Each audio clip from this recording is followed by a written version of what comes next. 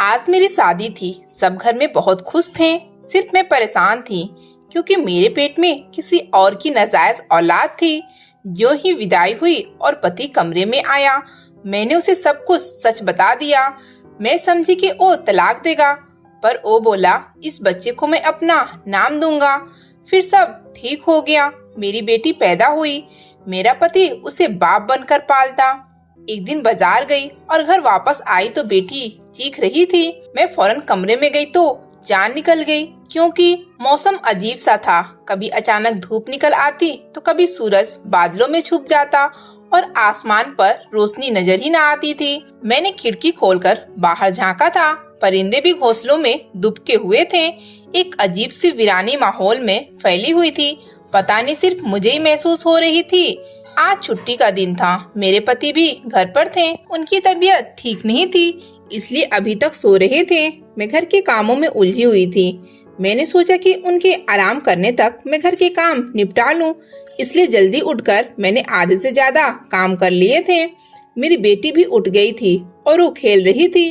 वो अभी 5 साल की हो गई थी और अच्छी खासी समझदार थी। अपने खिलौने लेकर एक जगह खेलने में लग गई थी और मुझे जरा भी तंग नहीं किया था। घर का काम खत्म करने के बाद मैंने सोचा था कि अब नाश्ता बना लेना चाहिए और फिर मैं अपने पति को उठाकर नाश्ता करवाना चाहती थी। लेकिन मैंने जैसे ही फ्रिज खोलकर दूध निकाला था और चूल्हे पर रखा था तो वो खराब हो चुका था। अब मुझे बहुत फिक्र हो रही थी क्योंकि मेरे पति की तबीयत खराब थी। अगर ऐसे में कुछ होता तो वो फौरन से दूध लेकर आ जाते, लेकिन अब मुझे ही करना था। इसलिए मैंने सोचा कि क्यों ना मार्केट जाकर दूध के साथ साथ जरूरी चीजें भी ले आऊं और फिर आकर नाश्ता बनाऊं और फिर अपने पति को उठाऊं। वैसे भी मेरी बेटी बिल्कुल भी तंग नहीं करती थी। अगर मैं उसे छोड़ जाती तो वो अपने खिलौने में ही लगी रहती और कोई उल्टा काम नहीं करती। मैंने सब सोच तो लिया था, लेकिन मेरा दिल कह रहा था कि मुझे नहीं जाना चाहिए और पति के उठने का इंतजार करना चाहिए। दूसरी तरफ दिमाग कह रहा था कि पति के आराम में कहाँ खलल डालूं। मुझे खुद ही बाजार जाना चाहिए और पति को परेशान नहीं करनी चाहिए। मैं इसी कसम में थी कि मेरी बेटी ने मुझे परेशान देखकर पूछा था, मम्मा आप क्या सोच रही हैं? तब मैंने उसे कहा था, मैं बाजार जा रही हूँ, तुम अपना ध्यान रखना। मैं अभी 15-20 मिनट में आ जाऊंगी। किसी के लिए भी दरवाजा मत खोलना और दूसरे कमरे में बैठ जाना। शोर बिल्कुल मत करना ताकि पापा उठ न जाएं।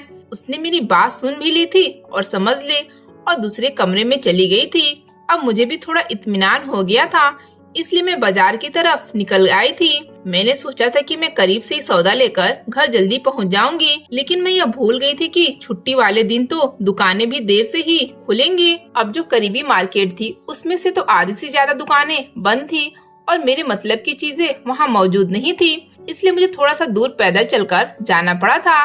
इसी में मेरे ख्याल से 1 घंटा लग गया था और इस 1 घंटे में मुझे 100 तरह के ख्याल आ चुके थे कि कहीं मेरी बेटी ने खुद को कुछ लगा न लिया हो, कहीं मेरी बेटी को कोई नुकसान न पहुंचा दे। मुझे बेहद पसीने आने लगे थे। मैं बार बार अपने पास मौजूद रुमाल से साफ करती और जल्दी जल्दी सारी चीजें लेकर भी तकरीबन 1 घंटा हो गया था। मेरे दिल की हालत अजीब सी हो रही थी। मेरा दिल मुझे बार बार कह रहा था कि तुम्हें अपनी बेटी को यूं अकेले छोड़कर नहीं जाना चाहिए था। मेरा दिल बेहद घबरा रहा था और मैं तेज कदम उठाती हुई अपने घर की तरफ बढ़ रही थी। यहाँ तक कि मेरी बिल्डिंग आ गई थी। हम लोग अपार्टमेंट में रहते थे। जल्दी जल्दी सीढ़ियाँ चढ़कर मैंने जैसे ही लॉक में चाबी घुमाकर दरवाजा खोला था तो मुझे मेरी बेटी की चीखने की आवाजें आई थी। मेरे हाथ से चीज छूटकर जमीन पर गिर गई थी। मुझे उसकी कोई परवाह नहीं थी। मैं भागकर अंदर गई थी। मेरा दिल मुझे बार बार कह ही रहा था कि मुझे ऐसा नहीं करना चाहिए था, मुझे उसे अकेला नहीं छोड़ना चाहिए था। लेकिन पता नहीं मैंने इन 5 सालों में कभी उसे अकेला नहीं छोड़ा था, तो आज कैसे छोड़ दिया था। मैं भागकर अंदर गई थी तो कमरे का मंजर देखकर मेरे पैरों तले से जमीन निकल गई थी। मैंने दीवार को थामा था और खुद को संभालने की कोशिश की थी, लेकिन सामने का मंजर बहुत ही दर्दनाक था। मुझे लगा था कि मैं अब अगला सांस भी नहीं ले पाऊंगी। मेरा नाम मुस्कान है। मैं अपने माँ बाप की इकलौती बेटी हूँ और मेरे 2 बड़े भाई हैं। मैं उन सब के लाडले हूँ। उन्होंने मुझे नाजों से पाला है। मैंने अपने खानदान की लड़कियों में सबसे ज्यादा शिक्षा हासिल की थी और यूनिवर्सिटी लेवल तक गई थी। घर वालों की आंखों की मैं तारा थी। उन्होंने यूनिवर्सिटी तक मुझे खूब फ्रीडम दिया। इस बात का मैंने कभी भी गलत फायदा नहीं उठाया था। यहाँ तक कि बहुत से लड़के मेरी तरफ बढ़े भी थे, लेकिन मैंने उन सबको वहीं पर रोक दिया था। मैं अपने घर वालों का भरोसा कभी भी नहीं तोड़ना चाहती थी। उन्होंने मुझ पर भरोसा रखा तो मुझे उसको कायम भी तो रखना था। मैं बहुत खूबसूरत थी, लेकिन मैंने इस खूबसूरती को कभी भी अपना हथियार नहीं बनाया था और ना कभी बनाना चाहती थी। लेकिन जिंदगी कभी कभी हमसे ऐसे इम्तिहान लेती है कि हम पीछे मुड़कर देखते हैं तो हमें समझ आती है कि ये इम्तिहान तो बिल्कुल अचानक होते हैं और इंसान को हर इम्तिहान के लिए तैयार रहना चाहिए। मेरे साथ भी कुछ ऐसा ही हुआ था। मैं यूनिवर्सिटी से अपनी पढ़ाई पूरी कर चुकी थी और घर पर रिजल्ट का इंतजार कर रही थी। घर के कामों में मम्मी का हाथ बटाती थी और मम्मी अब मेरे लिए रिश्ते ढूंढ रही थी, जबकि मैं उन्हें मना कर रही थी कि मुझे तो अभी आपके साथ बहुत वक्त गुजारना है, बहुत सी बातें करनी है, शादी तो अभी बाद की बात है। उन्हीं दिनों मेरे नंबर पर कॉल आने लगी थी। मैं उसे इग्नोर कर करके थक गई थी, यहाँ तक कि तंग आकर एक दिन मैंने फोन रिसीव कर लिया था और बकायदा उस रॉन्ग नंबर को बातें भी सुनाई थी। लेकिन उसने फिर भी मेरा पीछा नहीं छोड़ा था, यहाँ तक कि हमारी थोड़ी बहुत बातचीत होने लगी थी। मैं उसे बातें सुनाती थी और वो मेरी बातें ऐसे सुनता था जैसे मेरे मुंह से फूल झड़ रहे हो। मुझे उस पर गुस्सा आता था और उसे मुझ पर प्यार आता था। इसी नोक-झोंक के दरमियान हम दोनों एक दूसरे के करीब हो गए थे। हालांकि हमने एक दूसरे को देखा तक नहीं था, ना हमने एक दूसरे को देखने की कभी ख्वाहिश की थी। हमारे ताल्लुक को 6 महीने से ज्यादा का अरसा हो चुका था और हम एक जान दो शरीर हो गए थे। मैंने ये बात अपने घर वालों से छुपाई थी, क्योंकि मेरे नजदीक ऐसी ढकी छुपी दोस्ती कोई अच्छी बात नहीं थी। लेकिन फिर भी दिल उसकी तरफ घूमता था। मैंने बहुत बार कोशिश की थी कि मैं अपना पीछा उससे छुड़ा लूं, लेकिन ऐसा नहीं हो सका था। हर बार पीछा छुड़ाने पर वो नए नंबर से मुझे फोन कर लेता था और फिर मजबूर होकर मैं दोबारा उससे बात करने लगती थी। मुझे समझ ही नहीं आता था कि उसकी बातों में ऐसा क्या जादू था कि यूनिवर्सिटी में हजारों लड़कों के होने के बावजूद भी मैंने ऐसा कोई कदम नहीं उठाया था। लेकिन उसकी बातों में आकर मैं न सिर्फ उससे बातें करने लगी थी, बल्कि अब मेरा भी उसके बगैर गुजारा नहीं होता था। दिन ऐसे ही गुजर रहे थे। एक दिन उसने मुझसे एक अजीब सी फरमाइश कर दी थी और मैंने फौरन से इनकार कर दिया था। लेकिन उसका जिद बढ़ता चला जा रहा था। वो मुझसे मिलने का कह रहा था। उसने मुझे अपना नाम नीरज बताया था, जबकि मैंने उसे अपना नाम मुस्कान बताया था। पहले तो मैंने साफ इनकार कर दिया था, लेकिन फिर मैंने सिर्फ एक शर्त पर मिलने की हामी भरी थी कि ना वो अकेला होगा और ना मैं अकेली होंगी।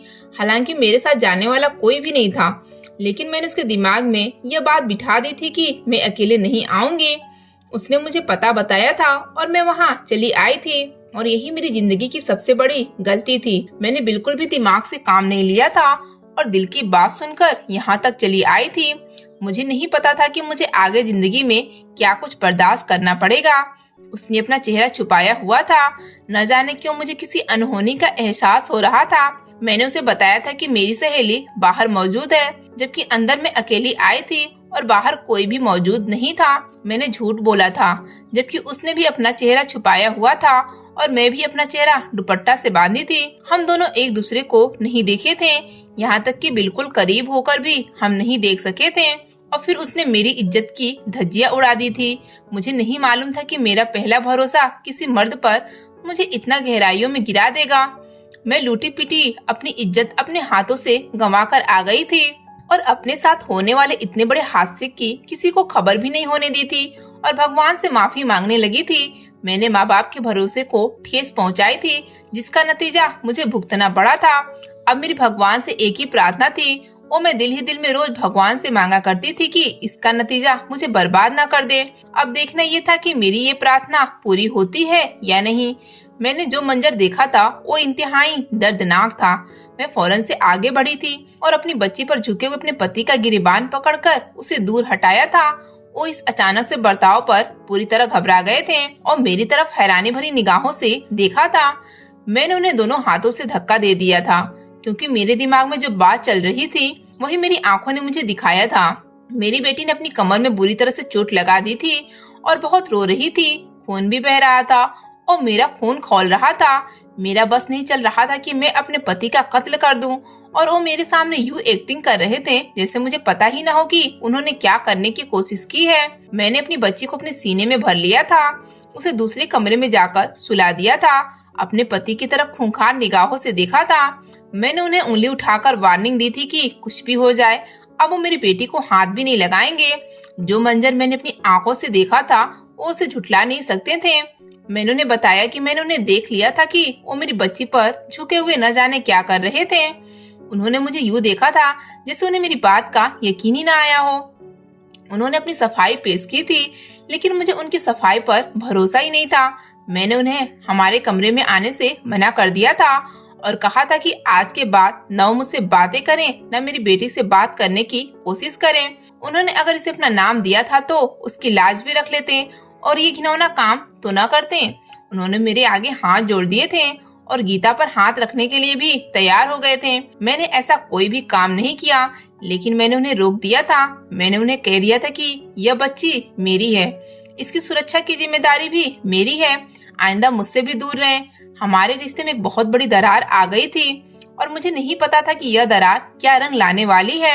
मैं नहीं जानती थी कि यह दरार मेरे अतीत को मेरे सामने लाकर खड़ा कर देगी और ऐसे राज का पर्दाफाश करेगी जिसके बाद मुझे अपनी जिंदगी के बारे में फैसला लेना मुश्किल हो जाएगा। मम्मी ने मेरे लिए बहुत से रिश्ते देख रखे थे, किसी को मैं पसंद नहीं आती थी और कोई मेरे माँ बाप को पसंद नहीं आता था। यूं ही 1 महीना गुजर गया था और मैं तो इसी 1 महीने में उसी तकलीफ से गुजर रही थी जो एक अजनबी रॉन्ग नंबर वाले शख्स ने मुझे जिंदगी भर के लिए दे दिया था। मेरे अंदर भी वीरानी भर गई थी और मैं उदास निगाहों से दीवार को ताकने लगी थी। कभी खुद से बातें करने लगती थी और कभी बेवजह रोने लगती थी। इन सब के पीछे एक ही वजह थी, वो मेरी इज्जत का मेरे हाथ से निकल जाना था। मैंने तो कभी नहीं सोचा था कि मुझे जिंदगी में इस चीज से दो चार होना पड़ेगा और मैं उसकी मोहब्बत में इस कदर अंधी हो जाऊंगी कि बिना सोचे समझे फैसला कर लूंगी। इसी दौरान मम्मी को एक रिश्ता पसंद आ गया था। वो लोग हमारी बराबरी के ही लोग थे। उन्होंने शादी की बहुत जल्दी मचाई हुई थी, जबकि मेरे माँ बाप कुछ वक्त लेना चाहते थे, लेकिन फिर उनकी जल्दी देखकर हामी भर ली थी और मेरे दहेज की तैयारी शुरू कर दी गई थी। मगर मुझे किसी चीज में कोई दिलचस्पी नहीं थी, बल्कि मेरे अंदर एक खौफ बैठ गया था और वो खौफ हर वक्त मुझे सताए रखता था। मेरे माँ बाप ने मुझसे मेरी रजामंदी भी पूछी थी और मैंने सब कुछ उन पर छोड़ दिया था। वैसे भी मैं इस हालत में नहीं थी कि मैं अपने लिए फैसला कर सकूं। 1 हफ्ते के अंदर मेरा शादी था और मेरे माँ बाप ने, क्योंकि मैं उनकी इकलौती औलाद थी, तो मेरी शादी धूमधाम से करने की ठानी थी और यह धूमधाम मेरी आंखों में बुरी तरह खटक रही थी। पछतावे मेरा पीछा नहीं छोड़ रहे थे और मैंने शादी का कोई भी फंक्शन दिल से एंजॉय नहीं किया था, क्योंकि मेरे सर पर एक बहुत बड़ी फिक्र मंडरा रही थी। मेहंदी वाला दिन था, सब लोग जा चुके थे। इसी दौरान मुझे बेपनाह घबराहट महसूस हुई थी और ये पिछले 2-3 दिन से हो रहा था। मैंने ध्यान नहीं दी थी, हालांकि मुझे फौरन ध्यान देनी चाहिए थी। बेतहासा चक्कर आ रहे थे और अचानक से उबकाई सी महसूस हुई थी। मैं भागकर वॉशरूम में गई और मेरे होश उड़ गए थे। जो प्रार्थना मैं पिछले 1 महीने से भगवान से मांग रही थी वो पूरी नहीं हुई और मैं वहीं वॉशरूम में फर्श पर बैठती चली गई थी। बाहर मम्मी परेशान खड़ी दरवाजा बजा रही थी कि सब ठीक तो है, क्योंकि मैं अचानक से उठकर वॉशरूम में भागी थी तो वह डर गई थी। अपने गले में मौजूद आंसुओं को रोकते हुए उठ खड़ी हुई थी और मम्मी को बस इतना कहा था कि कल रात को बाहर का खाना खाया था, इसी वजह से शायद फूड पॉइजनिंग हो रहा है, आप मुझे दवाई दे दें। उन्होंने मुझे घर की दवाई दे दी थी, जो कि मैंने उनकी नजरों से बचाकर फेंक दी थी। मुझे इसकी जरूरत ही नहीं थी। मुझे तो बस अब यह कंफर्म करना था कि जो मैं सोच रही हूँ वही हकीकत है या कुछ और आखिर मेरे सर पर आसमान टूट पड़ा था। मैं पेट से थी और मैं शादी के बगैर पेट से थी। मेरा दिल चाह रहा था कि मैं खुदकुशी कर लूं और हमेशा हमेशा के लिए इस परेशानी से छुटकारा हासिल कर लूं, जो दिन रात मुझे सोने नहीं देते थे। लेकिन फिर मुझे अपने बूढ़े माँ बाप का ख्याल आ जाता था, जो बहुत मेहनत और दिल से मेरे लिए कुर्बानियां देकर खुशियां खरीद रहे थे, और मैंने बदले में उन्हें क्या दिया था सिवाय रुसवाई के और कुछ भी नहीं। अब मैंने महसूस कर लिया था कि मैं दिन पर दिन कमजोर होती जा रही हूँ। शादी में सिर्फ 1 दिन रह गया था और वो मुझे डॉक्टर के पास लेकर जाना चाहती थी ताकि ताकत की दवाइयाँ लिखवा लें, लेकिन मैंने साफ इनकार कर दिया था और इसकी एक ही वजह थी कि अगर मेरे माँ बाप को हकीकत पता चल जाती तो उनके दिल पर क्या गुजरती, इसलिए मैं नहीं मानी थी। और मेरी शादी का दिन आ गया था। मैंने सोच लिया था कि मैं अपने होने वाले पति को धोखे में नहीं रखूंगी और उसे सब कुछ सच बता दूंगी। उसके बाद जो कुछ भी होगा वो मेरी किस्मत और मेरा नसीब होगा। अगर मेरे नसीब में जिल्लत और रुसवाई पूरी दुनिया के सामने होना लिख दी गई होगी तो वही होगा। मैंने सब कुछ भगवान पर छोड़ दी थी और अपनी शादी का इंतजार करने लगी थी। मैं दुल्हन बनी अपने कमरे में बैठी अपने दूल्हा का इंतजार कर रही थी। मेरा दिल जोर जोर से धड़क रहा था, किसी तरह काबू में नहीं आ रहा था। घबराहट बढ़ रहा था। मैंने न चाहते हुए भी घूंघट हटा लिया था और गहरा सांस लिया था। इसी दौरान दरवाजे पर दस्तक हुई थी और मैं सीधी हो बैठी थी। घूंघट भी गिरा दिया था। आने वाले को देखकर मेरे दिल में सुकून हो रहा था। यह शख्स शक्ल से तो अच्छा खासा मैच्योर लग रहा था और मुझे थोड़ी थोड़ी उम्मीद थी कि यह शख्स मेरी बात ध्यान से सुनेगा। मेरे पति मेरे पास आए थे। उन्होंने मेरे हाथों में कंगन पहनाए थे। मैंने अपना घूंघट हटा दिया था और फिर उनके कदमों में गिर गई थी। वो इस अचानक से बिहेवियर पर घबरा कर पीछे हटे थे। मैंने उनके पांव पकड़ लिए थे और फूट फूट कर रो पड़ी थी। उन्होंने मुझे दोबारा से सहारा देकर पलंग पर बिठाया था और फिर मेरे खूब रोने के बाद मुझसे पूछा था कि आखिर बात क्या है। मैंने रोते हुए हिचकियों के दरमियान सारी बात बता दी थी और आखिर में यह कहा था कि अब आपका जो भी फैसला होगा मुझे मंजूर होगा। अगर आप मुझे तलाक देना चाहते हैं तो आप मुझे तलाक दे दीजिए। अगर आप इस हकीकत के साथ मेरे साथ रहना चाहते हैं तो वह भी मुझे मंजूर है। अब मैं खामोशी से उनके फैसले के इंतजार में थी और काफी देर के बाद उन्होंने मुझसे कहा था कि मैं न सिर्फ इस बच्चे को अपना नाम दूंगा बल्कि इसे सीने से लगा कर रखूंगा और इसे एक बाप की तरह मोहब्बत करूंगा, क्योंकि इसमें तुम्हारी भी कोई गलती नहीं थी। यह सब कुछ हमारी किस्मत में लिखा हुआ था। इसलिए तुम भी पिछली बातों को भुला दो और हम मोहब्बत से अपना घर बनाएंगे और इस औलाद को भी मोहब्बत से ही पालेंगे और इसे कभी भी गैर नहीं समझेंगे। मैं इसे अपनाऊंगा, इसे अपना नाम दूंगा और इसे असली बाप की मोहब्बत भी दूंगा। मेरी रूह में सुकून उतर आया था और मैं पूरी रात उनका धन्यवाद करती रही और उनका शुक्रिया अदा करते नहीं थक रही थी। उन्होंने मेरी मुश्किल चंद मिनटों में आसान कर दी थी और उनका एहसान था जो मैं जिंदगी भर भुला नहीं सकती थी। मैं उनके इस एहसान तले दबी जा रही थी। उन्होंने अपना वादा सच कर दिखाया था। भगवान ने मेरी शादी के पूरे 9 महीने बाद मुझे एक प्यारी सी बेटी दी थी और मेरी बेटी में एक चीज बिल्कुल कॉमन थी। वह थी उन दोनों के होंठ के पास दिल जो अच्छा खासा बड़ा था और सामने वाले का ध्यान अपनी तरफ खींच लेता था। उन दोनों की इस तरह मिलती झलक पर मुझे इत्मीनान हो गया था कि वाकई उन्होंने मेरी औलाद को अपने नाम देने का इरादा किया था, तो भगवान ने भी उसके अंदर उनकी झलक पैदा कर दी थी। उसका बहुत ख्याल रखते थे, उससे बहुत मोहब्बत करते थे और कभी भी मुझे एहसास नहीं होने दिया कि वह मेरी बेटी नहीं है, बल्कि वह उसे हमेशा हमारी बेटी कहकर पुकारते थे। मैं इस बात के लिए हमेशा भगवान के बाद उनका धन्यवाद करती रहती थी कि आज की दुनिया में ऐसे लोग कहाँ मिलते थे जो इतना निस्वार्थ होकर किसी और की औलाद को अपने सीने से लगा लें। मैं उन दोनों को देख देख कर जीती थी। वो दोनों ही मेरी कुल दुनिया थे, मेरी जिंदगी थे। मेरी दुनिया उन्हीं के इर्द गिर्द घूमती थी, लेकिन मैं बेखबर थी कि मेरी यह दुनिया जल्द उजड़ने वाली है और शायद इसे मेरी ही नजर खा गई थी। मेरी नजर मेरी दुनिया को लग गई थी और पल में मेरे हालात बदल गए थे और मुझे बिल्कुल भी उम्मीद नहीं थी कि मेरी जिंदगी एक बार फिर बदल कर रह जाएगी और मुझे अपनी जिंदगी में इस बात का भी सामना करना पड़ेगा। एक बार फिर मैं बुरी तरह से फंस गई थी और कहीं से निकलने का कोई रास्ता नजर नहीं आ रहा था। मैंने अपने पति को कह दिया था कि मैं कुछ दिनों के लिए अपने मायके जा रही हूँ और वहीं रहूंगी, इसलिए मुझे तंग ना किया जाए, क्योंकि जो हरकत उन्होंने की थी वो नाकाबिले माफी है। जबकि वो मुझे बार बार कह चुके थे कि मैंने ऐसी कोई हरकत नहीं की, मैं अपने दिमाग से निकाल दूं। जबकि मैंने खुद अपनी आंखों से देखा था कि जब मैंने अपनी बच्ची की चीख सुनकर कमरे की तरफ दौड़ लगाई थी तो उनकी पीठ कमरे के दरवाजे की तरफ थी और बच्ची पलंग पर लेटी हुई थी और वो उस पर झुक कर न जाने क्या कर रहे थे। मेरे दिल में भी फिर गलत ख्याल उठा था और फिर हमारे बीच हालात बद से बदतर होते चले जा रहे थे। मैंने उनसे सिर्फ इतना कहा था कि अगर ये आपकी सगी बेटी होती तो तब भी आप उसके साथ यही सलूक करते। उनसे यह बात बर्दाश्त नहीं हुई थी। उन्होंने हमारी शादीशुदा जिंदगी में पहली बार मुझ पर हाथ उठाने की कोशिश की थी। उनका हाथ हवा में ही बुलंद रह गया था और उन्हें अपनी गलती का एहसास हो गया था। उन्होंने होंठ भींचकर हाथ पीछे कर लिया था और फिर मुझे मायके जाने की इजाजत दे दी थी और बिल्कुल खामोश हो गए थे। और आखिरी बात जो कही थी कि वो सिर्फ इतनी कही थी कि मैं तुमको अपनी सफाइयाँ दे देकर थक चुका हूँ। मैं तुमसे कह रहा हूँ कि मैंने इसके साथ कोई गलत हरकत नहीं की। काश कि वो इतनी समझदार होती तो वो तुम्हें खुद बता देती कि पापा ने कुछ भी नहीं किया। बल्कि मैं तो इसका जख्म साफ कर रहा था। अब तुम्हें जो समझना है वो तुम समझती रहो, जबकि यह आज भी मेरी बेटी है और मैं इससे उतनी ही मोहब्बत करता हूँ जितनी तुम करती हो। लेकिन मुझे उनकी किसी भी बात के यकीन नहीं आ रहा था। यकीन भी कैसे आता, वो उनकी सगी बेटी न थी, उनकी सौतेली बेटी थी। और सारे रास्ते जो मुझे ख्याल आ रहे थे वो एक माँ को सिग्नल था। मैं बतौर माँ बिल्कुल फेल हो गई थी और अपने बच्चे को एक दरिंदे के हवाले करके मार्केट में निकल पड़ी थी। मैं अपने मायके आ गई थी और वहीं रह रही थी। मुझे पूरा 1 हफ्ता हो गया था और मेरी बेटी अपने पापा को बेहद याद कर रही थी। उस मासूम को तो कुछ भी पता नहीं था। वो बहुत रो रही थी, जबकि मम्मी भी परेशान हो गई थी कि मैं इतने लंबे अरसे के लिए रहने तो कभी भी नहीं आई थी। लेकिन मेरा वहाँ जाने का दिल नहीं चाह रहा था। अभी मैं वहाँ जाने या ना जाने की कसम में थी कि मेरे पड़ोसी का मुझे फोन आ गया था। उसने जो कुछ कहा था उसके अगले ही लम्हे मैं अपने घर जाने के लिए निकल पड़ी थी। मेरे पति घर में गिर गए थे। जैसे ही मैं घर आई थी तो वो बिल्कुल सही सलामत सोफे के दरमियान बैठे मुस्कुरा रहे थे, जबकि मुझे उन पर ढेरों गुस्सा आया था। मुझे उनसे इस कदर घटिया हरकत की उम्मीद नहीं थी और यह मैंने उनके मुंह पर भी बोल दिया था।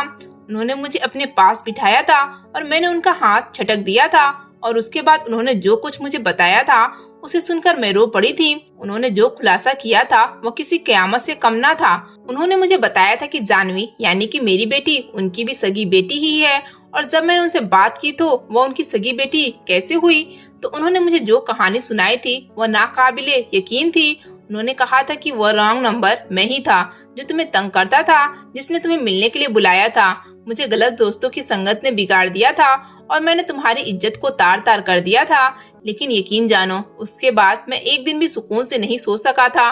मैं पछतावे की आग में जल रहा था और मैं पश्चाताप करना चाहता था कि मैंने तुम्हारी जैसी मासूम लड़की के साथ बहुत गलत किया था। इसलिए मैंने तुम्हारा घर तलाश किया था और वहाँ अपने माँ बाप को बेपनाह मिन्नतों के बाद रिश्ता लेने के लिए भेजा था, क्योंकि मेरी नीयत साफ थी। तो आई बात बनती चली गई थी और मेरी तुमसे शादी हो गई थी। और शादी के बाद तुमने जिस तरह मुझे धोखे में ना रखा, हर हकीकत से आगाह किया था, उसने मुझे तुम्हारा कर्जदार कर दिया था। इसलिए मैंने खुद से वादा किया था कि मैं तुम्हें कभी भी गम नहीं दूंगा और हमेशा तुमसे बेहतरीन सुलूक करूंगा और हमारी औलाद को बेहतरीन जिंदगी दूंगा। लेकिन तुम एक माँ थी और तुम्हारे नसीब में एक सौतेला बाप था, इसलिए तुम भी अपनी जगह बिल्कुल ठीक थी। लेकिन तुम यकीन जानो मैं सिर्फ उस पर झुककर उसकी कमर में लगा जख्म रुई से साफ कर रहा था और कुछ भी नहीं था। लेकिन शैतान ने तुम्हें कुछ और ही दिखाया था जो तुम देखना चाहती थी। ये जो ख्यालात तुम्हारे दिल में पल रहे थे, अपनी बात पूरी करके वो खामोश हो गए थे और मैंने उनसे सिर्फ इतना पूछा था कि उन्होंने मुझे यह हकीकत क्यों छुपाई थी। तो उन्होंने मेरे आगे हाथ जोड़ दिए थे और मेरे कदमों में गिर गए थे और कहा था मुझे तुमसे इस बात की माफी मांगनी थी और मैंने अपने तौर पर फर्ज अदा करने की पूरी कोशिश की है। अब मैं फैसला तुम पर छोड़ता हूँ कि इन 5 सालों में मैं अपना फर्ज अदा कर पाया हूँ या नहीं। वो हाथ जोड़े नजरें झुकाए मेरे जवाब सुनने के ख्वाहिशमंद थे। मैं चंद लम्हे खामोश रही थी और फिर मैं उनके जुड़े हुए हाथ खोल दिए थे और उनके सीने में अपना मुंह छुपा लिया था। मैं उनसे बेहद मोहब्बत करती थी और मैंने उनकी यह गलती माफ कर दी थी कि उन्होंने अपनी तरफ से 5 सालों में पूरा फर्ज अदा कर दिया था।